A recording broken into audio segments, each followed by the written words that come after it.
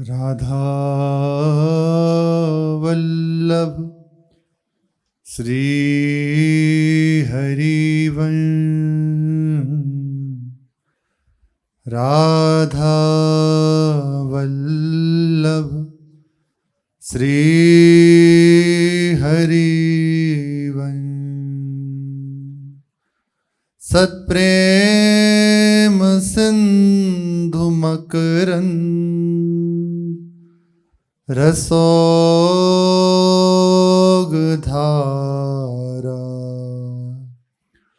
सारानजस्रमभितः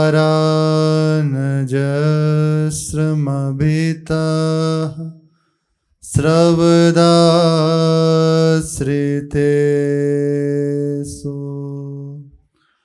श्रीराधिके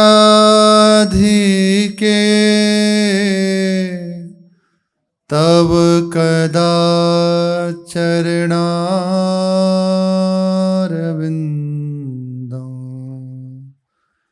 गोविंद जीवन धनो शिरसा वहामि। गोविंद जीवन धनो शिरसा वहामि। श्री राधा वल्लभ लाल की जय। अकारण करुणा वरुणालय अपार करुणा सिंधु अहेतु की कृपालु परम उदार महामहिमाशाली श्री युगल सरकार वात्सल्य समुद्र हैं, करुणा कृपा के अगाध समुद्र हैं। एकमात्र अपनापन देखते हैं, ये मेरा है, बुरा है कि भला है कुछ नहीं जानते, केवल अपना जानते हैं। अवगुण करे समुद्र संग गनत नापनो जान, केवल अपनापन देखते हैं। ये अपना है, इसके अंदर मेरे प्रति प्रियता है, अपनापन का भाव है, बस इसी से रीझ जाते हैं।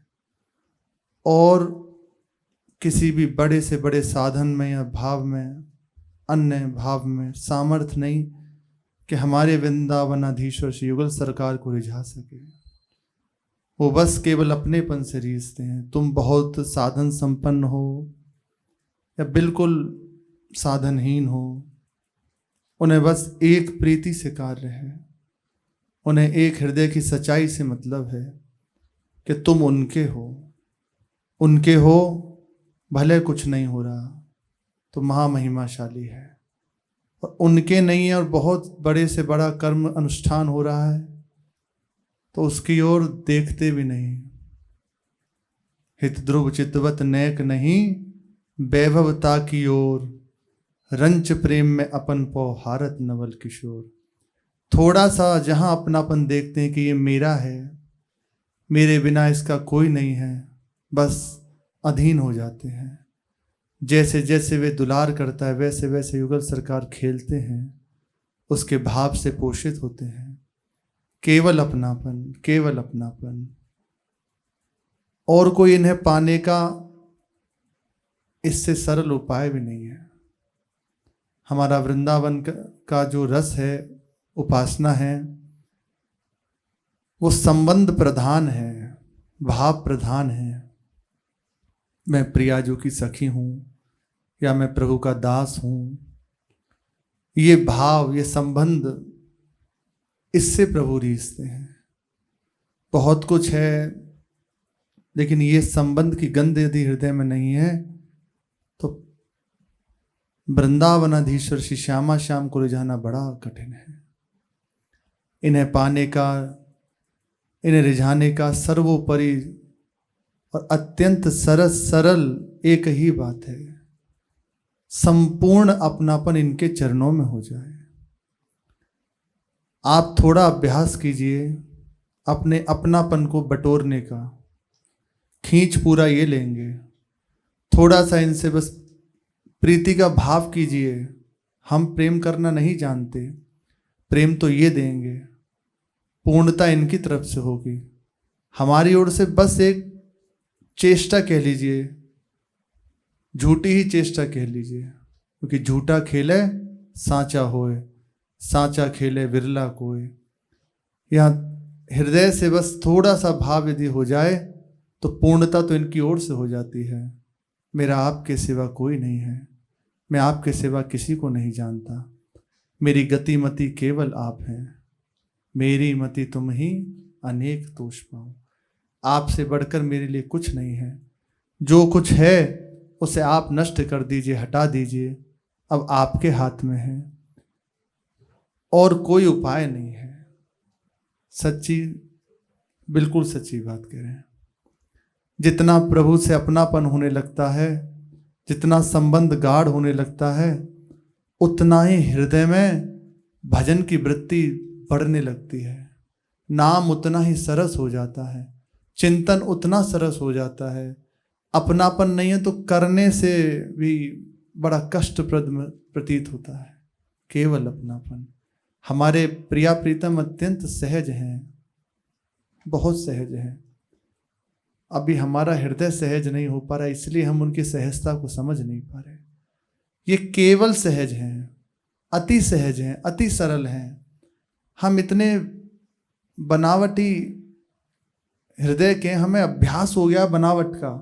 बोलना तो बनावट में है, हमारे दिखावा तो बनावट में, हमारी सोच तो बनावट में। इतना एक डुप्लीकेट जीवन हो गया है कि अपने को ही भूल गए, हम अपनी सच्चाई को ही भूल गए हैं। और हमारे प्रभु को ये इससे कोई लेना देना नहीं है।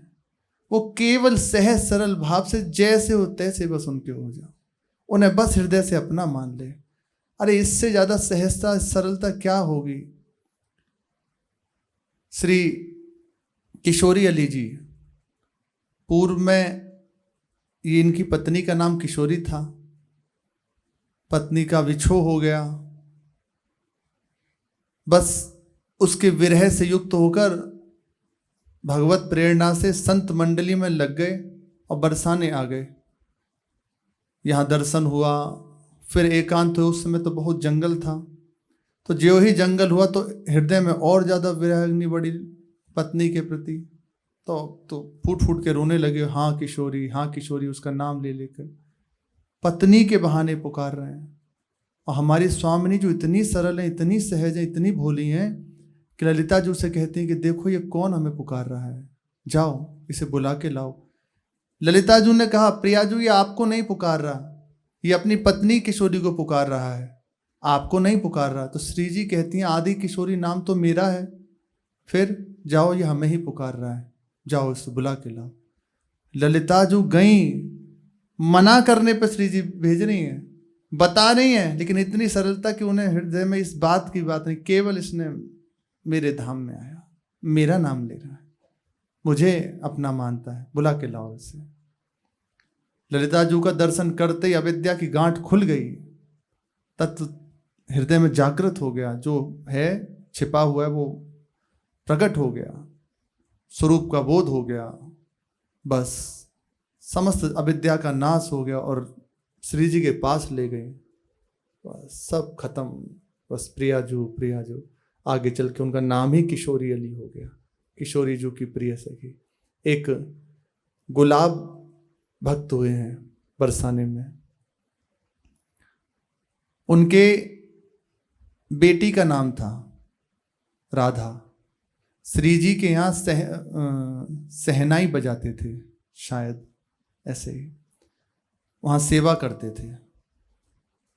समय हुआ, बेटी का ब्याह हो गया।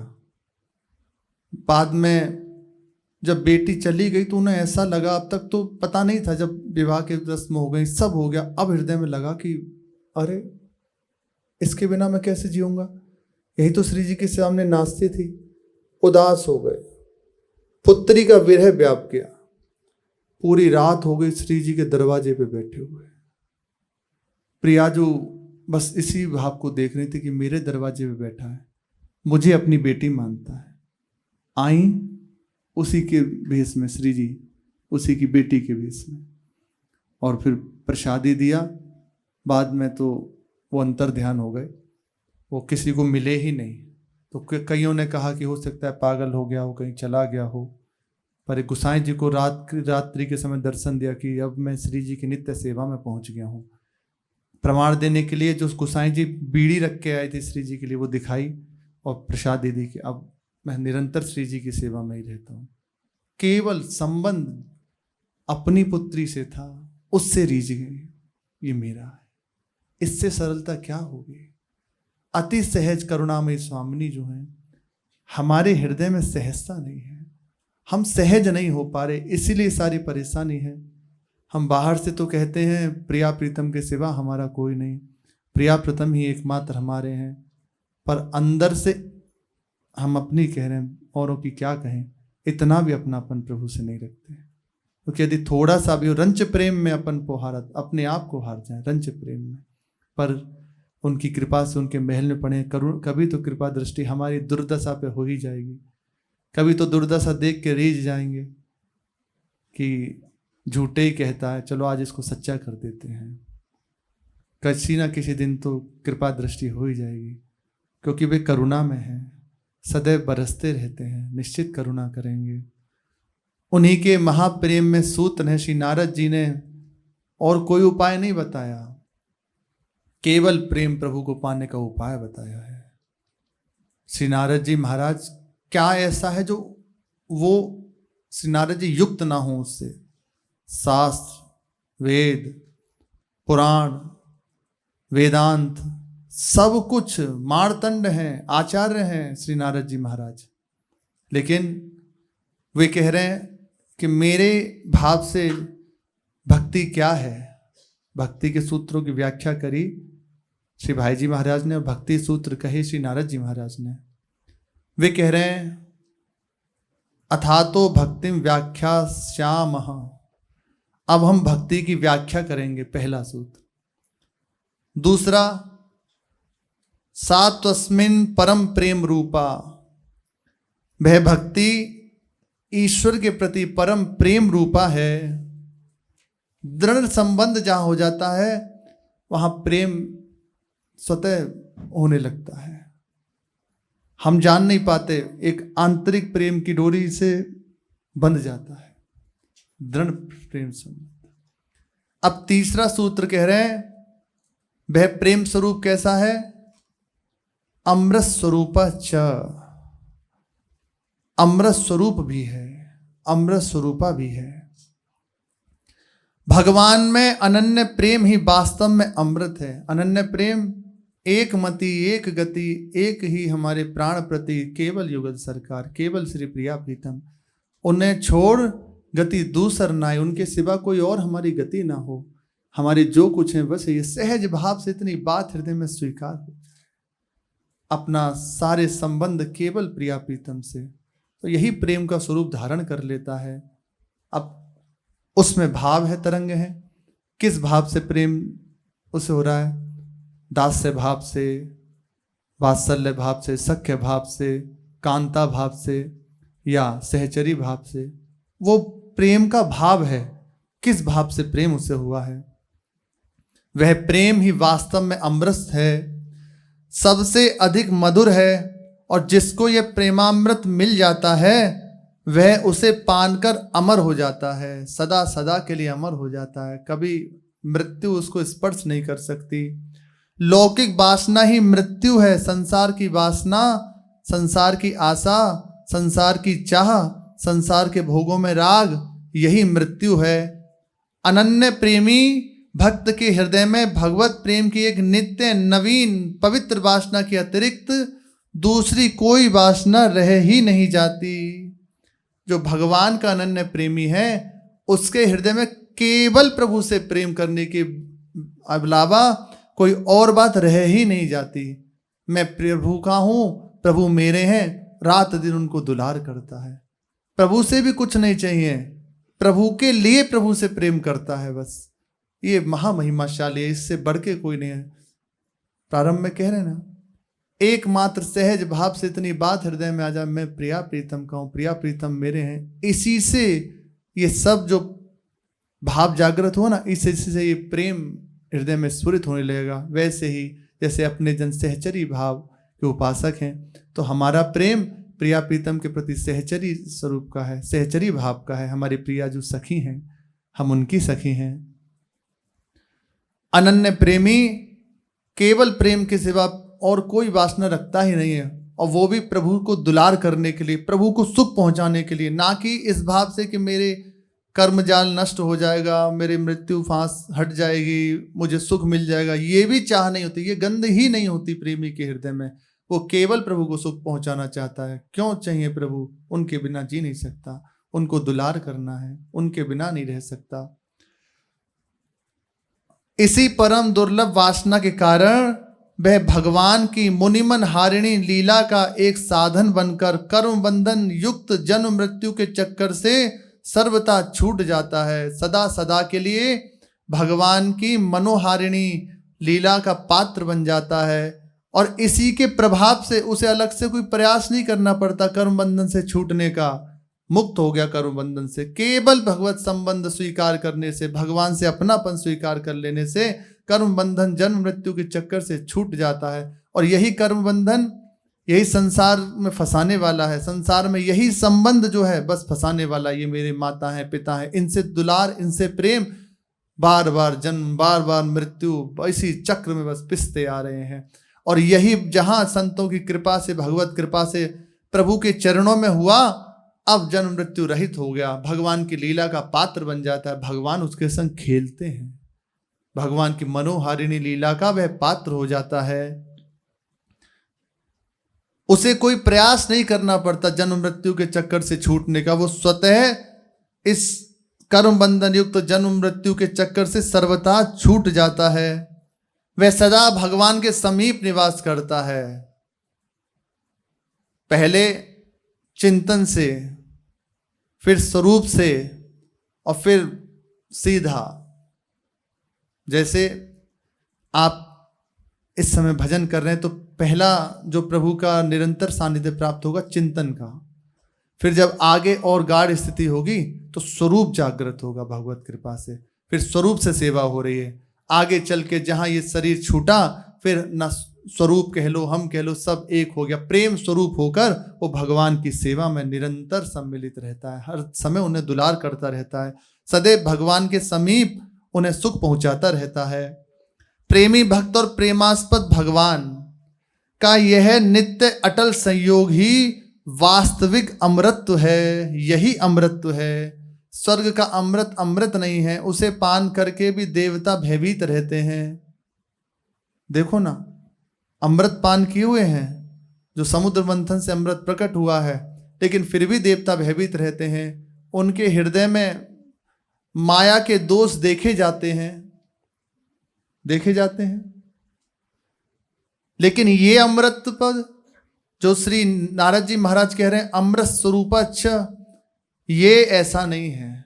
ये निरंतर भगवान की समीपता, प्रेमास्पद भगवान और प्रेमी भक्त का ये मधुर संबंध ही वास्तविक अमृतत्व है, सच्चा अमृतत्व ये है। अगर जीवन को अमर बनाना है तो एक उपाय है सरल, भगवान से अपनापन कर लो। भगवान से अपनापन नहीं होता तो भगवान के जनों का संग कर लो, उनसे अपनापन कर लो, एक ही स्थिति प्राप्त हो जाएगी। उनकी कृपा से वो ऐसी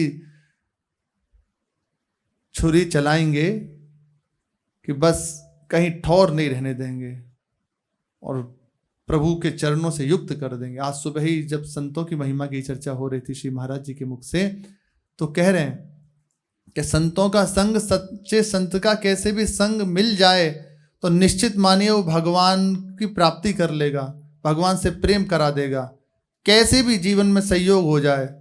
श्री प्रेम भिक्षु जी महाराज महामहिम, बहुत नाम के प्रेमी हुए हैं। ये बहुत ज़्यादा उत्साहित और खेलकूद में अपना समय व्यतीत करने वाले प्रारंभिक अवस्था की बता रहे हैं। गुजरात में उनके बहुत आश्रम हैं। इस समय अखंड भगवान नाम कीर्तन होता है, अखंड भगवान नाम कीर्तन। 1-2 स्थान का दर्शन करने का भी सौभाग्य मिला। ऐसा बताते हैं 18 घंटे नृत्य करते रहते कीर्तन में। 18 घंटे कह लिया, 18 मिनट में तो घड़ी दिखने लगती है कब समय पूरा हो, हमारा नियम पूरा हुआ। 18 घंटे उसके बाद भी जबरदस्ती पकड़ के रोका जाता, शरीर ऐसे ऐसे उछलता रहता। डॉक्टरों ने कह दिया कि इन्हें रोक, अब आगे अगर कुछ हुआ तो हमारे हाथ की बात नहीं, इन्हें बंद कर दो। तो जब उन्हें पता चल गया कि अब हम सेवा करने के योग्य नहीं रहे, तो कहा अब जब सेवा नहीं कर सकते तो इस शरीर को रखने का भी क्या कार्य है। तत्काल शरीर छोड़ दिया 3 दिनों में, केवल कि अब इस सेवा का पात्र नहीं रहा, अब इसको नहीं रखेंगे, छोड़ दिया शरीर। नाम के बहुत बड़े प्रेमी श्री प्रेम भिक्षु जी महाराज, विश्वास नहीं होगा सुन के, भगवान नाम कीर्तन हो रहा है, उद्दाम नृत्य कर रहे हैं और उसमें उनकी जटाएं बड़ी बड़ी थे, सीधे खड़ी हो जाती। कई उनकी बड़ी मधुर मधुर छवियां हैं, इसमें उनकी भाव भंगिमाएं, स्थूल शरीर और डूबे हुए हैं, नेत्रों से अश्रु बह रहे हैं। अभी भी जहां उनके स्थान है श्री प्रेम भिक्षु जी महाराज के, वहां उनकी छवि विराजमान है, नेत्रों में करुणा बरसती है। 18 घंटे निरंतर नृत्य करते रहे ना भगवान नाम कीर्तन। इनके जीवन की प्रसंग है। पूर्व में सहज रूप से भजन साधन जो सरल सबके एक सात्विक एक आस्तिकता थी, पर इतनी ज्यादा प्रवृत्ति नहीं थी। श्री काश्मीर बाबा ये रामानंदी थे, लेकिन राधा नाम के बड़े प्रेमी थे। जीवन राधा नाम में था इनका। घंटों तक राधा नाम सुन के और नेत्र से अश्रु प्रवाह करते रहते थे। सिया राम जी इष्ट थे, लेकिन राधा नाम से विशेष प्रेम करते थे। इन्हें श्री प्रेम भिक्षु जी महाराज को श्री काश्मीरी बाबा का एक बार दर्शन हुआ जीवन में, बस एक बार। और वो भी ऐसे नहीं कि सत्संग हो रहा है तो स्टेशन से कश्मीर बाबा वापस जा रहे थे। उस समय किसी ने बताया कि अब तुम जा तो रहे हो फ्लाइट से, तो उन्होंने कहा नहीं, मैं तो विदेश जाके और अच्छा कार्य करूंगा, कि नहीं एक बार मिल लो हमारे कहने से। तो गए महाराज जी श्री प्रेम भिक्षु जी महाराज मिलने, बस ऐसे दर्शन हुआ, देखते ही हृदय बिक गया। ये है सामर्थ्य महापुरुषों की। लुट गए, अपने आप को न्यौछावर कर दिया, चरणों में समर्पित कर दिया, प्रभु बस अब आपका जीवन है, आज्ञा दीजिए। तो ने कहा भगवान नाम दिया, इसी को जीवन बना लो, इसी को स्वाद लो और इसका आस्वादन सबको कराओ, सुख पहुंचाओ। फिर उन्होंने कहा कि मैं निरंतर आपका सानिध्य कैसे प्राप्त करूंगा, कैसे मुझे आपकी हर समय सन्निधि प्राप्त होगी। तो श्री विनय पत्रिका जी दी, इसे अपने समीप रखो, ये गुरु स्वरूप है तुम्हारे लिए। तो पूरा जीवन श्री विनय पत्रिका जी को गुरु स्वरूप माना। एक बार दर्शन हुआ और ऐसे महाभागवत हुए कि वर्णन नहीं हो सकता। बहुत अद्भुत अद्भुत महापुरुष श्री ये महाराज जी विराजमान है, श्री प्रेम भिक्षु जी महाराज। देखो नेत्रों से करुणा बरस रही है। गुजरात में बहुत आश्रम हैं जहां अखंड नाम कीर्तन हो रहा है। 1-2 का तो दर्शन अपने जनों ने भी किया है। जटाएं इनकी ऐसे खड़ी हो जाती सीधे नृत्य करते। नृत्य की भंगियों के भीतर नहीं है नहीं, पर हमने दर्शन किए हैं। बहुत दुर्लभ महापुरुष। जिस समय शरीर शांत हुआ तो उन्होंने यही कहा था कि जल समाधि हमें देना, और विनय पत्रिका जी हमारी गुरुदेव हैं, उन्हें हमारी छाती से बांध देना। तो बाद में पूर्णता जब शरीर की हुई तो छाती में विनय पत्रिका जी रख दी और उसके बाद सरयू जी में प्रवाहित कर दिया। बहुत अद्भुत प्रेमी महापुरुष श्री प्रेम भिक्षु जी महाराज। कैसे एक बार संत का सानिध्य हुआ, उसके प्रताप से पूरा जीवन परिवर्तित हो गया। विदेश जाने की बात थी, सब खत्म हो गई और रात दिन भगवान को समर्पित कर दिया। जीवन आजीवन महामहिमा में बीता। भगवान नाम कीर्तन, लाखों भक्त तार दिए, लाखों का मंगल कर दिया। आज भी जो जुड़े हुए उनका मंगल हो रहा है। इसलिए यही अमृत है। प्रभु से युक्त हो गए। अगर हम प्रभु से संबंध अपना सीधा नहीं कर पाते, और वैसे भी सीधा संबंध प्रभु से नहीं होता, संतों की संग से होता है। संतों से अपनापन कर लें तो संत जन एक क्षण में हमारे संबंध को संसार से मोड़ के भगवान के चरणों में रख देते हैं। दीक्षा का अर्थ क्या है? भगवत संबंध से युक्त कर देना। जो ही जीव उनकी शरणापन्न हुआ तो बस उठा के उसके संबंध को प्रभु से बांध देते हैं। ये हुई बात। ये गुरुजन करते हैं कि ये प्रभु आपका हो गया, अब इसका निर्वाह आप करना, ये है उसकी महाविशेषता। तो सच्चा अमृत पद यही है, भगवान से युक्त हो जाना। प्रेमी भक्त और प्रेमास्पद भगवान का यह नित्य अटल संयोग ही वास्तविक अमृत है। इसी से भक्तजन मुक्ति ना चाहकर भक्ति चाहते हैं। मुक्ति सामने खड़ी है तब भी उसको दृष्टि उठाकर नहीं देखते और कहते हैं तू जा, हमें नहीं चाहिए। अस विचारी हरि भगत सयाने, मुक्ति निरादर भगति लुभाने। इसी विचार से कि भगवान की समीपता मिलेगी, भगवान की सेवा मिलेगी, मुक्ति की ओर दृष्टि नहीं करते, भक्ति में आकृष्ट रहते हैं। ऐसी महामहिमाशाली व्याख्या श्री भाई जी महाराज ने की। उन्हीं के पावन प्रसंग का अपने जन कथन श्रवण कर रहे हैं। भाई जी को सरकार ने 21 माह के बाद, 21 माह की अवधि के बाद विमुक्ति आदेश दे दिया और कहा कि 24 घंटे के अंतर्गत कलकत्ता को छोड़ दो। श्री भाई जी महाराज ने ऐसा ही किया। संपूर्ण शिमलापाल वासियों को प्रणाम किया। वे लोग तो मानो ऐसा लग रहा था कि भाई जी के रूप में उनका हृदय ही चला जा रहा है, आंखों से अश्रु बह रहे हैं और सब भाई जी के संग संग चले जा रहे हैं। बस भाई जी ने अपनी गाड़ी रोकी जिस बैलगाड़ी में बैठे थे और सबको इशारे से कहा आप लोग जाइए, बहुत दूर आ गए हैं। हृदय से जब बात कही तो सब लोगों के हृदय पे प्रभाव हुआ और सब जन फिर वहीं रुक के भाई जी को देखते रहे।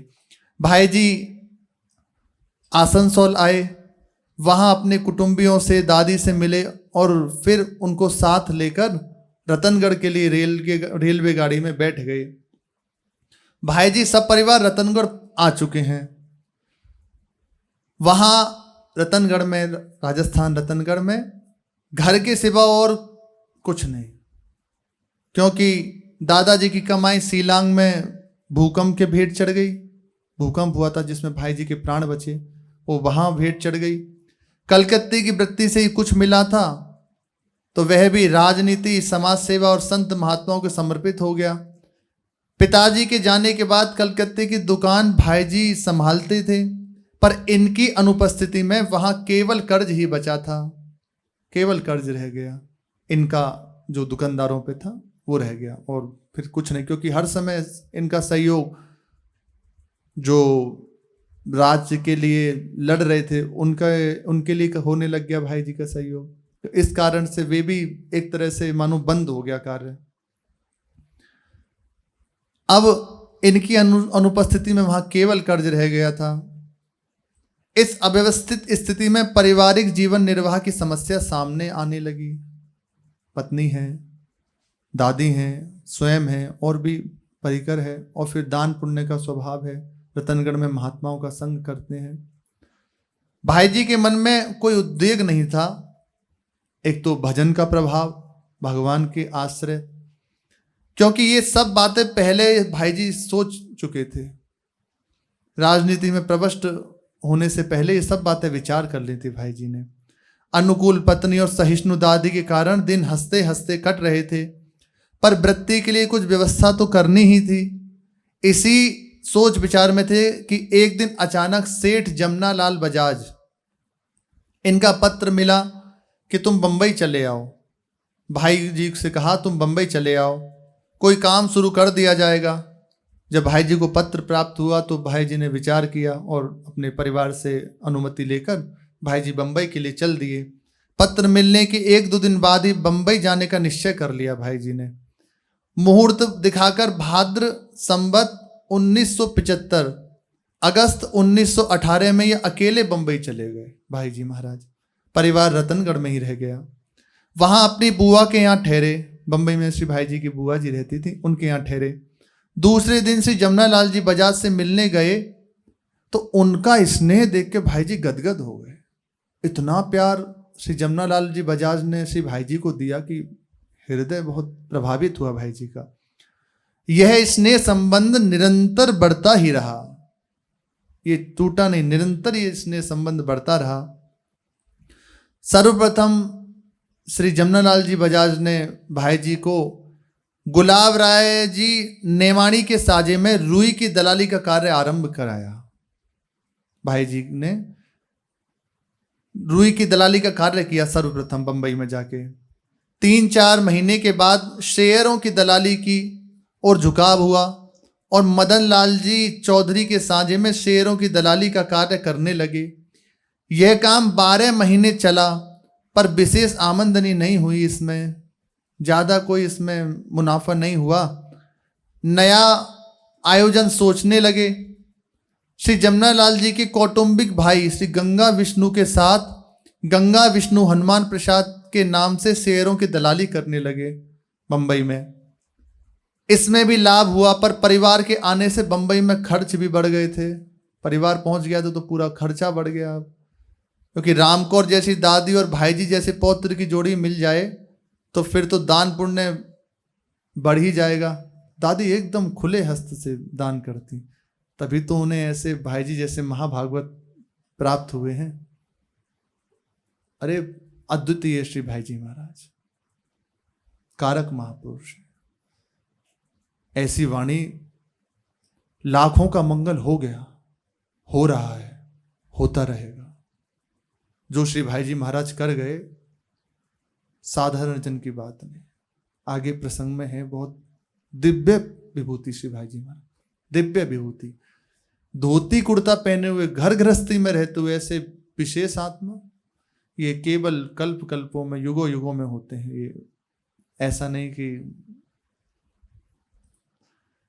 एक होता है भजन करके उस स्थिति को प्राप्त करना, नहीं, ये उस स्थिति प्राप्त है उसके बाद ये उतरे हैं जन कल्याण के लिए। बहुत महिमाशाली श्री भाईजी महाराज। तो दान पुण्य संतों का संग खूब भाईजी महाराज सच्चे हृदय से करते। संवत 1977 सन 1920 में ताराचंद घनश्याम दास फर्म के मालिक श्री बाल कृष्ण लाल जी एवं श्री निवास दास जी पोद्दार के साजे में SD पोद्दार के नाम से शेयरों की दलाली की नई व्यवस्था हुई। लाखों रुपयों का व्यापार होने लगा 1920 में। अब इसमें भगवान की एक घटना, भगवान ने एक लीला करी। हर समय वो संभालते रहते हैं कैसे भी अपने जन को। लाखों रुपए का व्यापार हो ही रहा था, अचानक 3 लाख रुपए व्यापारियों से लेने रह गए। अब उस समय 3 लाख रुपए, सोचो जहां 80 रुपए में पूरे महीने का काम पूरा परिवार चला रहा है, वहां 3 लाख रुपए कर्जे में रह गए।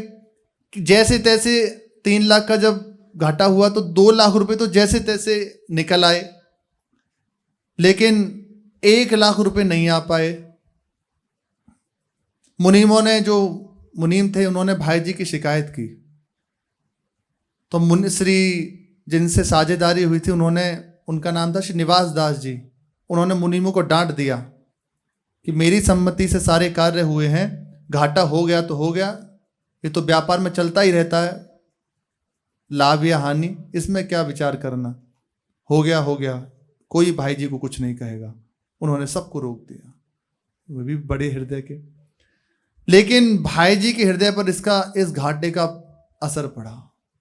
भाई जी के हृदय को गहरा धक्का लगा और भाई जी बहुत बीमार हो गए।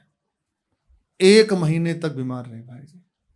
इतनी अवस्था बिगड़ गई कि नासिक जाना पड़ा भाई जी को अपने स्वास्थ्य को सुधार कराने के लिए। स्वास्थ्य सुधार के लिए नासिक जाना पड़ा। वहां 1 मास रहने से स्वास्थ्य में लाभ हुआ। जमनालाल जी को जब पता चला, जिन्होंने भाई जी को बुलाया था, जब उन्हें ये बात पता लगी तो उन्होंने अपने साले से चिरंजी लाल जाजोदिया के साथ काम शुरू करवा दिया, क्योंकि भाई जी का व्यक्तित्व ऐसा था, हर कोई प्रभावित भाई जी से। ऐसा व्यक्तित्व श्री भाई जी महाराज का। चिरंजी लाल हनुमान प्रसाद के नाम से तीसी आदि के सट्टे की दलाली, निजी व्यापार और आड़त का काम होने लगा। यह काम जब तक श्री भाई जी महाराज बंबई रहे तब तक चलता रहा। निरंतर खूब आनंद में उस समय कटने लगा। अब श्री भाई जी के अंदर अनुकूलता प्राप्त हुई तो देश प्रेम और समाज सेवा की प्रवृत्ति पुनर्जागरण होने लगी। जो देश सेवा से अभी नजरबंद हुआ था, फिर से वो वृत्ति जागृत होने लगी सो इसकी चर्चा आगे करते हैं। श्री राधा वल्लभ लाल की जय।